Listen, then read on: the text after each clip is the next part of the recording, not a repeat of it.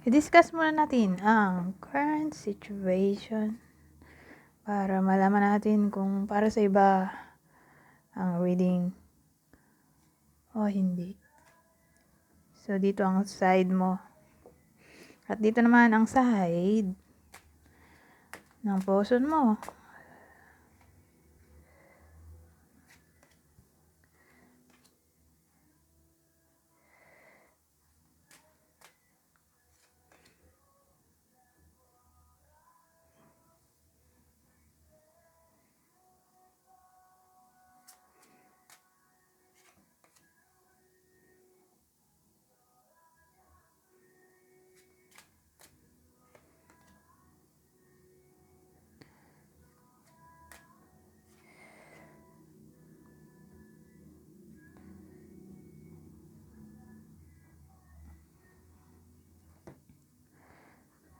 So,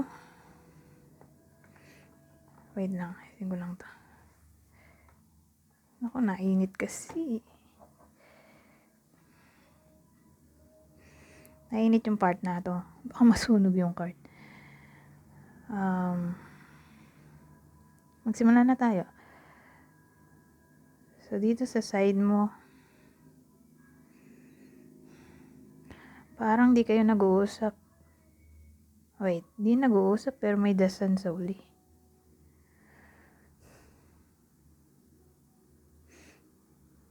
O sabihin natin before.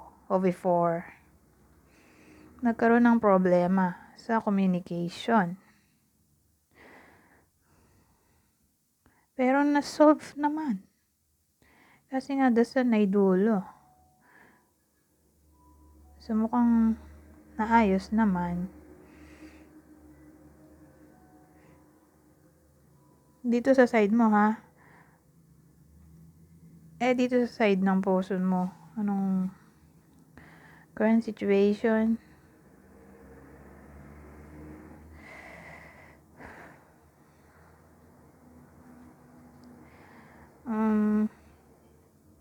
Ano yan?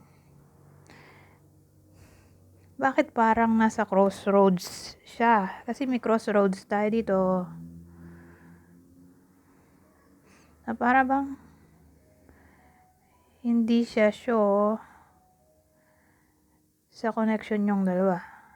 Lalo na siguro kung long distance kayo sa isa't isa. Ganun ang dating eh. Parang napapaisip-isip siya kung mag-stay ba siyang committed sa'yo o hindi na ba. Parang ganun eh.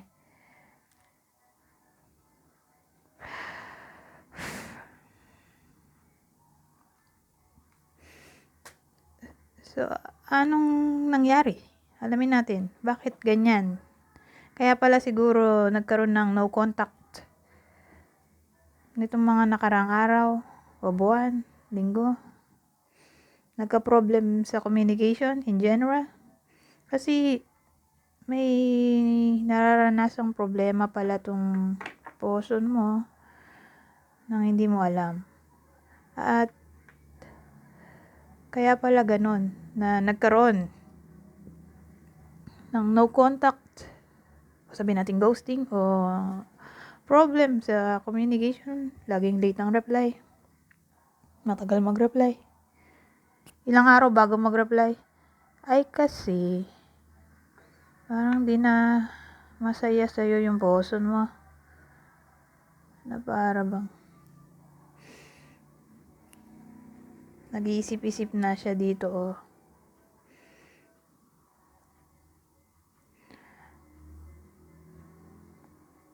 Kasi parang nako-confuse siya dito eh. Pero yung combination, pwede rin kasi may other option to. Pero tingnan natin.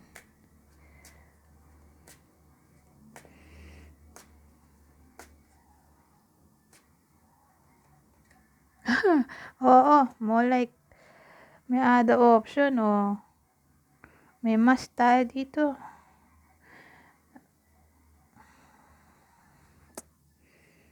Weda, alam mo to o hindi. Mukhang niloloko ka ng person mo. Pero applicable lang to kung long distance. O sabihin natin siya yung nasa malayo. Sabagay, long distance talaga yon.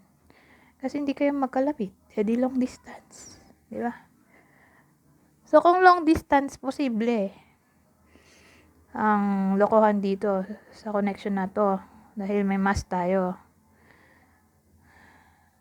Parang napapanggap siya dito.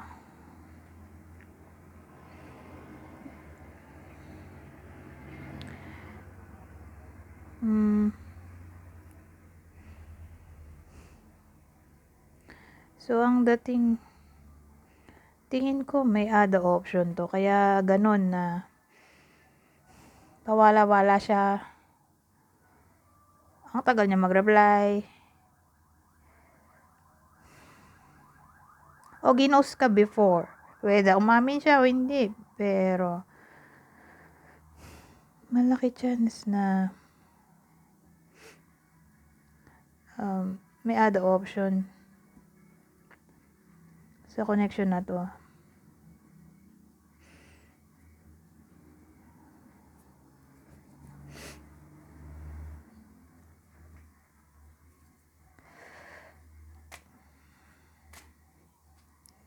So, ano yung tatanong natin dito?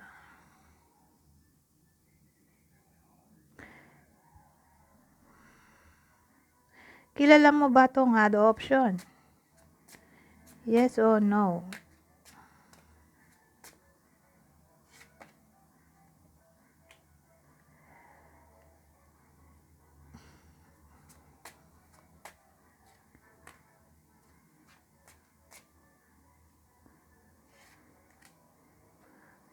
Lalaki. Well, kilala mo. Parang may lalaki tayo dito. So, more like ang bida dito ay masculine energy. Lalaking tao o babae. Pero ine-embody niya yung... Teka lang. Nalito rin ako.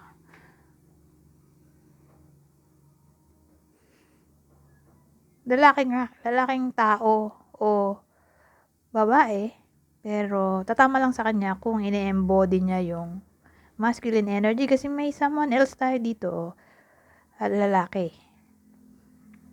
So may other guy. At mukhang mapusok. Kung titingnan natin yung itsura ng lalaki dito, mapusok yung damit niya. O kung paano siya manamit sexy. At may dice tayo doon na pwedeng may kinalaman sa playing, gambling. So, literal na may third party at kilala ng iba sa inyo. Pero kung alamin natin yung hitsura, hindi siya mataba. More like payat to ganito. Maskulado. Siguro,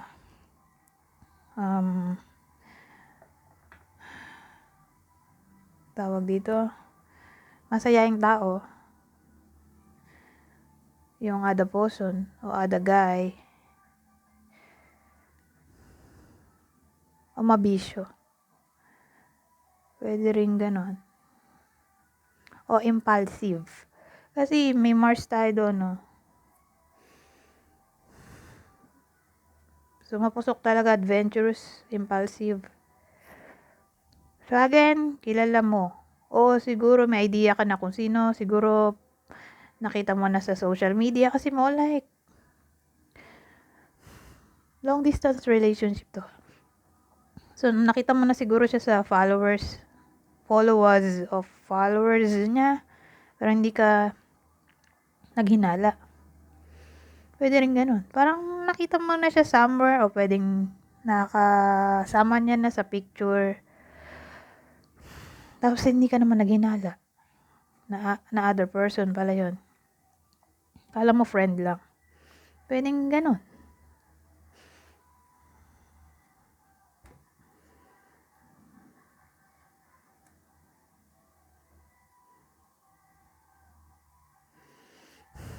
Mahal ba talaga to ng puso mo? Yes or no? Teka, baliktad. Yung nagbabasa ng baliktad. Pero may exception to the rule. Ito lang. Itong deck na to. At yung deck na to. Kasi may cheat code dito eh. Ayun o. Teka. Oh, may cheat code. Pero ito wala. So, ito lang dalawang to ang exception to the rule na binabasa ko ng baliktad. Pero hindi talaga ako nagbabasa ng baliktad. Kahit yung tarot, ito lang talagang may cheat code. Ito naman, kasi nakakatakot yung itsura, oh. Kaya, wala akong ibang choice, kundi aralin din yung reverse meaning. Dahil pag upright, negative. Pag reverse, positive.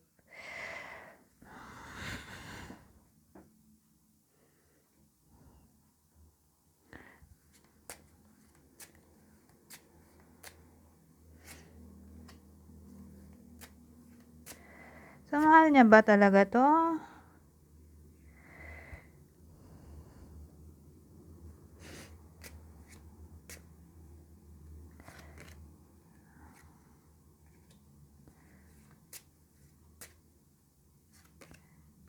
Oo.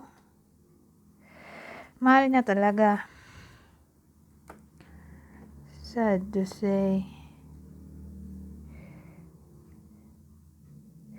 Pero alamin natin. Dito na ako magre-rely sa yes or no kasi tumatagal ako, kita niyo naman. Ikaw ba? Ang original, yes or no? Kasi nag-lead tayo sa third party situation. Ikaw ba ang orig, yes or no? Bago ko i-discuss to. O ikaw naman ang orig. So kung kabit ka, hindi to reading para sa iyo. Dahil ang bida dito ay orig. So sabi doon, yes, ikaw ang orig.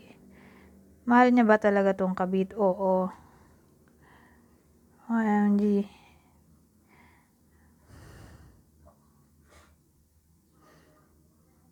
Mahal at importante, actually.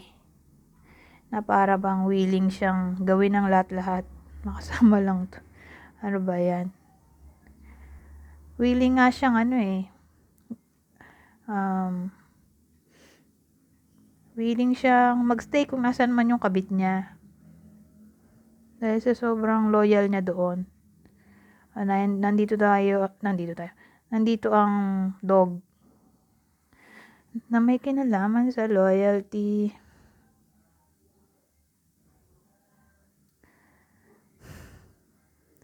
Na para bang, alam mo to, hindi siya mapipigilan mag-cheat.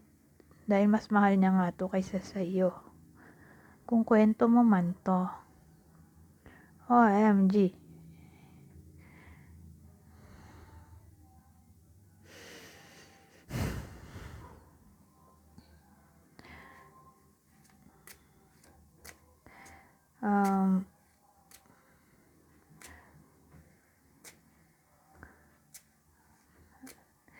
Ano tatanong natin dito? May chance, wag na tayo magtanong. Iba na lang deck gamitin natin. So, tingnan natin kung ano pang pwedeng masabi dito.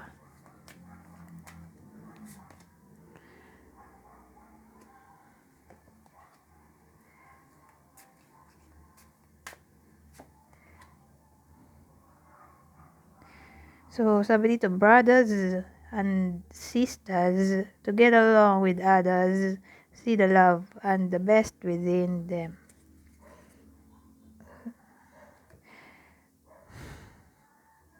Kasi pag nakita ko yan, para siyang may kinalaman sa socialization.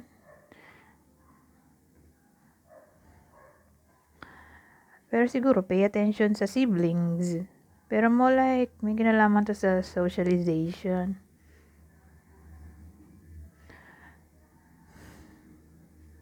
So, yun, siguro pay attention. So, pag-socialize, light. See the light within yourself and everyone else. Tingnan mo daw ang liwanag sa loob mo at sa ibang tao. Hirap naman mag-translate. Kaya sabi liwanag, light. Wish upon a star. Make a wish and expect the very best. So, ibig sabihin, mag-wish ka lang. At expect mo ang very best. Mag-wish ka lang. Maaaring magkatotoo to. So, sabihin natin ang wish mo ay maghibalay sila. Who knows? Baka magkatotoo yan. Kasi sabi dito, ni-encourage ka na mag-wish upon a star. So, malaki ang chance na magkakatotoo ang wish mo. So, depende sa iyo kung anong wish mo. Ngayon, kuha tayo ng clue. So, magbibigay ako ng 6 na clue. Pero wag masyado mag-pay attention dito dahil dagdag info lang mga to. Ang clue ay pwedeng vice versa. Kunin nyo lang ang clue na sa tingin niyo para sa inyo. Ang clue natin pwedeng tumama sa iyo, sa puson mo, at sa kabit niya.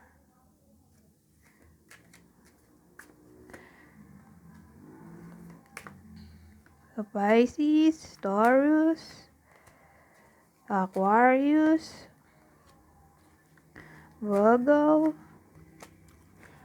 Aquarius ulit, Aries. Oh, ito yung sabi ko Mars. May Aries na tayo. So, ulitin ko. Pisces, kasi nayugyug eh. Pag nahawakan ko tong table, nayugyug. So, ulitin ko na lang ha. Hindi ko na ituturo. Pisces, Taurus, Aquarius, Virgo, Aquarius ulit, Aries. Anyways, hanggang dito na lang. Goodbye for now.